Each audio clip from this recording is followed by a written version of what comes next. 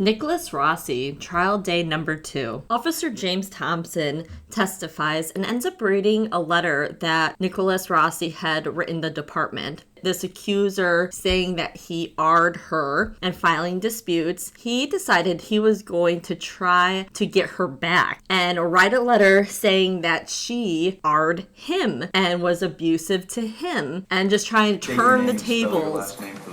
James Thompson, Thompson. Did you come into contact with Nicholas Rossi on September 16th of 2008? Yes. Do you remember about what time of day you came into contact with him? 1:40 a.m. approximately. And how did you come into contact with him? What happened?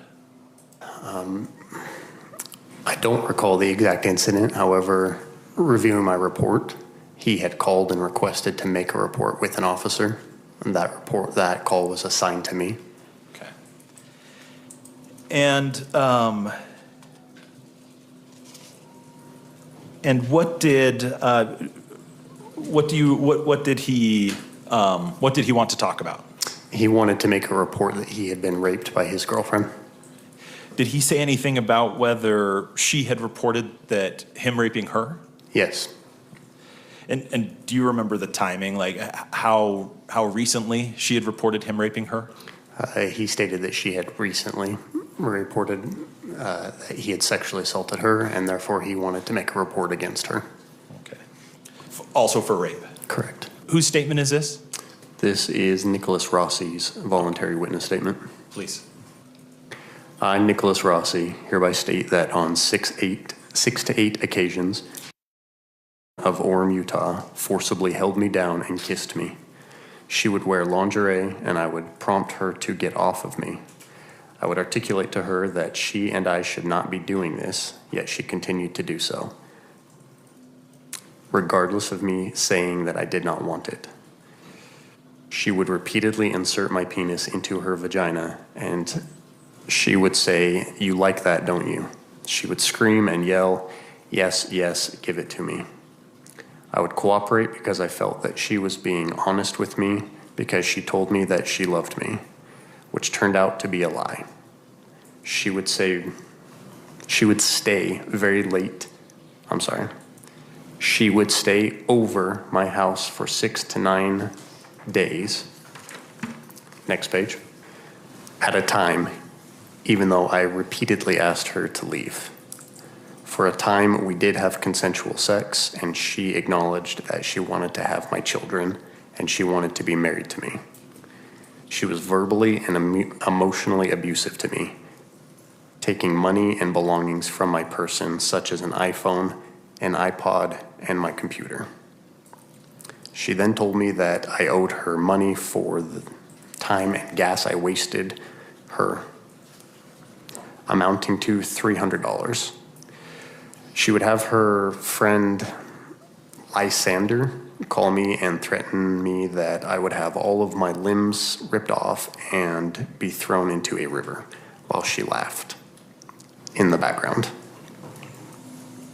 which I reported to the police. She then was told by me that I no longer wished to communicate with her, but nonetheless I kept caring about her. She would come to my home and restrain me on my bed and make out with me and forcibly engage in sexual acts.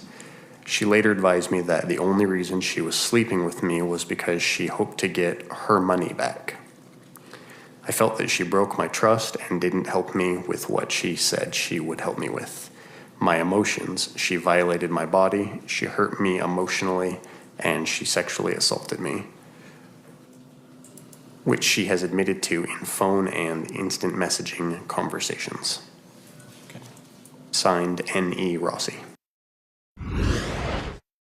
Good morning, Sergeant Thompson. Morning. I just have a couple questions for you based on what you just testified to at the state. So in 2008, you were a patrol officer, right? Yes, ma'am. You're fairly new to the job? Yes. Okay, and so it sounds like you don't have an independent memory of like what call you responded to that date? Correct. But you were able to remember that by reviewing your report as well as looking at this voluntary statement? Correct. Okay, so I want to direct do you still have the voluntary statement in front of you? Yes, I do. I want to direct your attention. Can you read out loud to the court all of the sentences that follow notice? Notice, pursuant to section 76.8.504.5 Utah Code annotated 1953 as amended, you are notified that statements you are about to make may be presented to a magistrate or judge in lieu of your sworn testimony as a preliminary examination. Any false statement you make and that you do not believe to be true may subject you to criminal punishment as a Class A misdemeanor. Is that a standard, what is that? Why is that on this statement? It is to notify them that anything they put in this statement needs to be true or they could face that criminal penalty. Do you read that out loud to them before you have people fill out these statements, or do you just assume people read that? I don't read it to them. I point to it and tell them to read it before filling it out. Okay, fair enough. But essentially that admonition tells people who fill these out that they need to tell the truth, right? Correct, yes. Okay. I want to back up a little bit about your training and experience as a patrol officer. Have you investigated instances of sexual assault before? Yes. About how many? I couldn't say. So a lot, unfortunately. Yes. Yeah. It's safe to say, though, you've probably investigated men who have reported that they have been sexually assaulted? Yes. Yes. So just to kind of put a fine point on it, men can also be sexually assaulted, correct? Yes. Okay. And throughout this statement that Mr. Rossi made, he denies that he sexually assaulted anybody, correct? I don't know that he actively denies it. He doesn't admit to sexually assaulting anybody, correct? Correct. There's no admission of sexual assault. His statement is that assaulted him, right? Yes. Okay. No further questions. Hi, Tammy. I want to start by asking you about that accident, okay? So it seems like that was actually let me back up. It wasn't an accident, is that right? Correct. And that was in September 2008? Yeah, I believe towards the end of the month. And by the sounds of it, it was pretty serious, right? Yeah, it was a serious accident. She was in ICU. And that was really scary for you, right? Oh, yes. She was in the ICU for about a week? Yeah, about.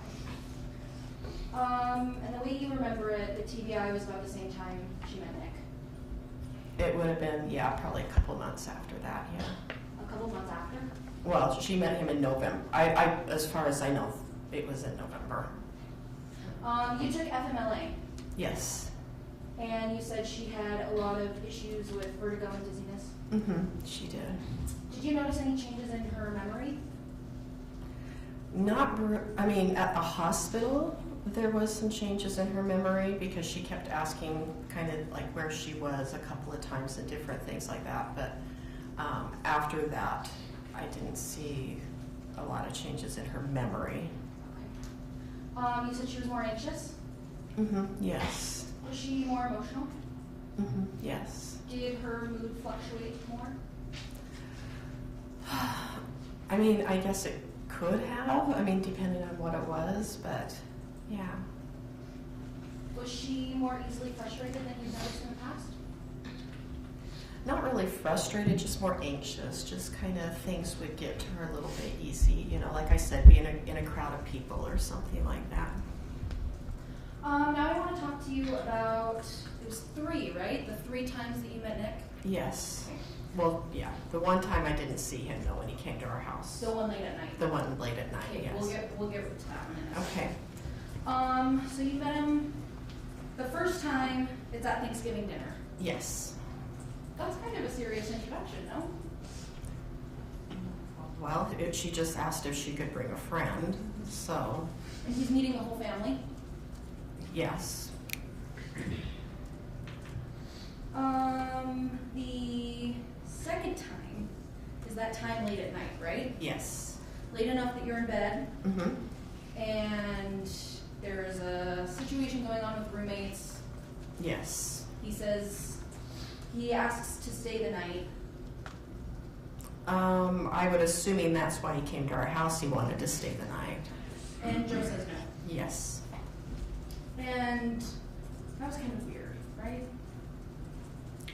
Weird as in us saying no that he couldn't stay, or just weird coming to our house? The coming to your house. That was weird. Yeah, Yes. yeah. It's kind of, Out of the ordinary. yeah. And so the third time, that's when him and they've got rings on, they're getting married. Is that right? Yes. And Nick says that you and Joe have to fly out his family for the wedding. Yes. And that's kind of weird too, right? Yes. Yeah. And so the 3 times you meet Nick, they're pretty close together in time. Yes. I mean, the whole thing went very quickly. And they're kind of weird, bizarre interactions, right? Correct. He was assuming. Yes. I've said it before, but he was kind of weird. Yes, it was very weird. Nothing violent though, right? No. And now I just want to talk about what things were like after Nick broke up, okay? What were your interactions like at that time? At that time, I was taking care of her. Yeah, just trying to make her better, you know. Were there conversations where you guys were able to just chat like normal? Yes. Okay, so not every conversation you had with her was a fight? No. Okay. Helped purchase the rings, is that right? Yes. Finance those in her name. She carried that debt. Yes. And you learned they break up. Yes. You learned that she's still got that debt. Mm-hmm. You're bummed. You're bummed. Well, yes. Mm-hmm. You thought you taught her better than that. Yes. And it actually becomes it becomes a point of contention. Is that right? Yes. During that conversation. And during that conversation, she says she was raped. Yes. That's the first time you hear her say that? Yes. You were shocked? Yes. You didn't know what to do? I did not know what to do. Joe was there. Yes. And you say you later tried to approach her. Yes. You tried to talk to her about what was going on? Yes. She didn't want to talk to you. No, she did not. So Tammy, you love your daughter. Of course, yes. I'm assuming you would do whatever your daughter needed. Pardon me? I'm assuming you would do whatever your daughter needed. Yes. You had been taking care of her a lot that year. Yes. Helping her through her accident, Mm-hmm. I'm sorry, can you say yes or no? Yes. Thanks. Having her live with you. Yes. And then just a few months after this scary, life-changing accident, she brings home this guy. Correct. They speed run a relationship and an engagement. Correct. She spends money she doesn't have. Is that right? Yes, she financed it, yes. Correct. She's left with kind of a mess afterwards to clean up. Yes. And you feel bad about that. Yes. You tried to help her. Best as I could, yes. You tried to follow up about what she said that night. Yes, that night. And you want to be a good mom and make sure she feels heard and safe. Yes. You want her to feel believed. Yes. You want her to feel strong. Yes. You wanted to help. Yes. She didn't talk to you. No. And you never talked about this again until January 2022? Correct. No further questions, Judge. All right, Mr. Heiner, any other questions for the witness?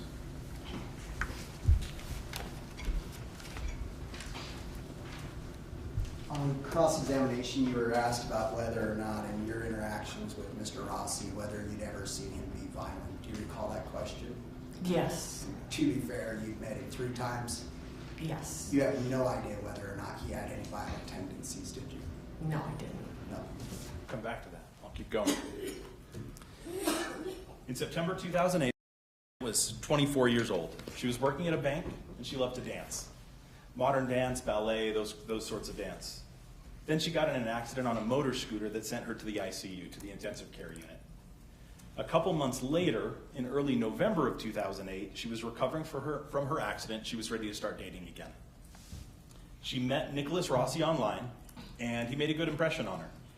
So they decided to meet in person about a week later. Their first in-person meeting went well too, and they started dating.